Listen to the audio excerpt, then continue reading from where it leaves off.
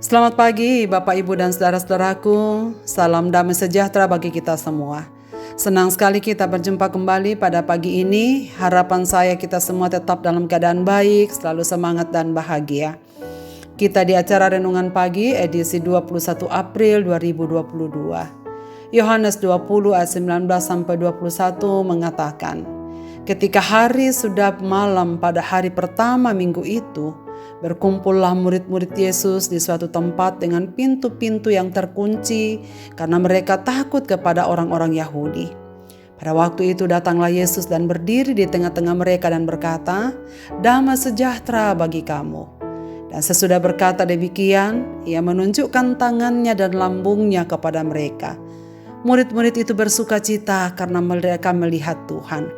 Maka kata Yesus sekali lagi, "Damai sejahtera bagi kamu, sama seperti Bapa mengutus aku, demikian juga aku sekarang mengutus kamu."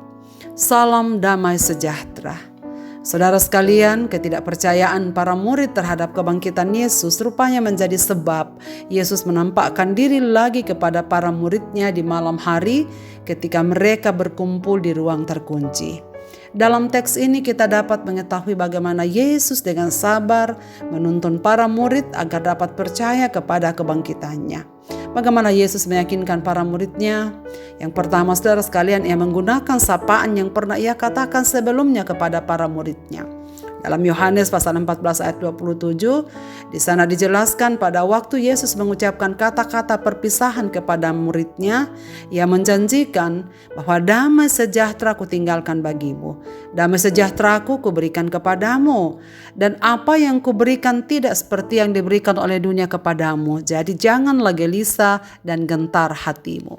Saudara-saudaraku, Yesus tahu bahwa pada malam itu para muridnya sedang ketakutan, kecewa dan gelisah, bahkan depresi, sehingga ketidakpercayaan pada berita kebangkitannya juga terjadi pada mereka. Malam itu di ruang terkunci, Yesus tiba-tiba datang dan menampakkan diri kepada para mereka.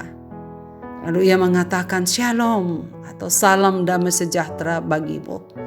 Saudara sekalian, kata shalom ini mengandung pengertian yang sangat dalam. Sayangnya, banyak orang-orang yang mengucapkan kata ini tetapi tidak mengerti maksudnya. Shalom, saudara sekalian, sebenarnya merujuk kepada 3 hal.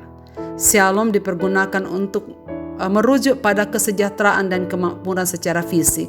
Artinya, dengan mengucapkan shalom itu berarti ada pemeliharaan dan perlindungan. Kedua, kata shalom berfokus pada keadilan. Ketika kita mengucapkan shalom berarti kita sedang berbicara tidak ada perpecahan, tidak ada peperangan, tidak ada ketidakadilan. Yang ada adalah persekutuan, persatuan. Ketiga, kata ini juga merujuk pada integritas seseorang atau kejujurannya. Berarti jika seseorang mengucapkan shalom berarti sedang melakukan apa yang benar. Apa yang di mulut sama dengan yang di hati, sehingga layak mengucapkan shalom kepada sesamanya. Sayangnya sekali lagi ada banyak orang yang dengan mudah atau dengan latah mengucapkan shalom tanpa mengerti maksudnya. Dan kata ini sebenarnya tidak boleh dilakukan dalam kepura-puraan. Dalam mengulang kata ini kepada para muridnya, ternyata Yesus sungguh-sungguh memberikan kekuatan baru. Dengan mengucapkan kata yang sudah pernah didengar oleh para muridnya, membuat para muridnya menjadi yakin bahwa benar dia adalah guru mereka. Kata-kata ini sungguh mengagetkan sekaligus membawa sukacita. Sebagai bukti bahwa dia adalah guru dan Tuhan yang benar-benar hidup sudah bangkit. Setelah mereka familiar dengan apa yang pernah Yesus katakan sebelumnya. Yang kedua, Tuhan Yesus dengan sabar memperlihatkan tangan dan lambungnya. "Lihatlah tanganku dan lambungku." Dengan perkataan ini, Yesus sedang menunjukkan satu bukti lagi, sehingga murid tak dapat lagi mengelak untuk tidak percaya. Dan saudara sekalian, hasilnya para murid sungguh bersukacita, karena mereka sudah melihat Tuhan. Saudara-saudaraku, sekejap mereka mengalami kepenuhan makna sukacita yang murni dari kata shalom, yaitu kepenuhan hidup karena memiliki hubungan yang intim dengan Allah. Kepenuhan yang melingkupi perlindungan, kedamaian, dan keadilan bagi para muridnya. Shalom ini hanya bisa dialami oleh mereka yang sudah memiliki hubungan dengan Kristus. Karena damai sejahtera ini hanya dimiliki Kristus, dan Ia berjanji memberikannya kepada muridnya yang tidak akan mungkin bisa diberikan oleh dunia kepada para murid-murid. Saudara-saudaraku, karena itulah apa yang kita takutkan dalam hidup di dunia ini.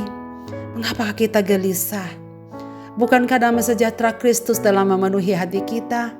Jika sekiranya kita memiliki hubungan dengan Kristus sendiri, telah berjumpa dengan Dia di dalam kuasa kebangkitannya, bukankah Ia berkata kepada kita, jangan gelisah dan gentar hatimu. Damai sejahteraku kuberikan padamu. Jadi saudara-saudaraku, apapun yang sedang kita alami, percayalah damai sejahtera Kristus itulah yang menghibur kita. Karena itulah kita diutus untuk menghadirkan damai sejahteranya dimanapun kita berada. Di rumah, di luar rumah, dalam pekerjaan, dalam gereja, dalam masyarakat, dimanapun kita pergi. Yesus mengutus kita supaya dunia ini mengenal damai sejahtera, shalom yang tiada batas yang Tuhan berikan kepada umat-umatnya. Selamat menikmati hidup dalam damai sejahtera Tuhan Yesus Kristus. Marilah kita berdoa. Bapa di sorga, terima kasih banyak pada pagi ini kami mendengar firman-Mu sebelum beraktivitas. Terima kasih banyak, karena damai sejahtera-Mu itu telah Engkau berikan kepada kami, anak-anak-Mu, umat-umat-Mu yang hidup pada zaman ini. Kami memang memerlukannya ya Tuhan. Kami hidup di kancah perjuangan dunia ini. Kami membutuhkan damai sejahtera Kristus. Berbagai hal boleh terjadi dalam hidup kami. Tapi jaminan kami bahwa Yesus Kristus menyertai kami dalam damai sejahtera. Sehingga apapun yang terjadi kami dapat lewati di dalam kekuatan Kristus.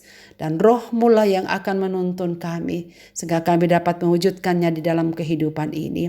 Hamba-Mu secara khusus berdoa untuk semua saudara-saudaraku, pendengar renungan pagi ini dimanapun mereka berada. Anugerahkanlah damai sejahtera dalam hidup mereka ya Tuhan. Kami merindukannya untuk melingkupi hidup kami. Sehingga apapun yang terjadi dalam hidup kami, kami tetap bersukacita di dalam Engkau. Karena Engkau lah menjadi jaminannya. Ke dalam tangan kasih-Mu Bapa, kami serahkan hidup kami di sepanjang hari ini. Demi Kristus Tuhan, Juru Selamat kami berdoa. Amin. Selamat beraktivitas Bapak, Ibu, dan saudara-saudaraku. Tuhan Yesus memberkati kita dengan firman ini. Amin.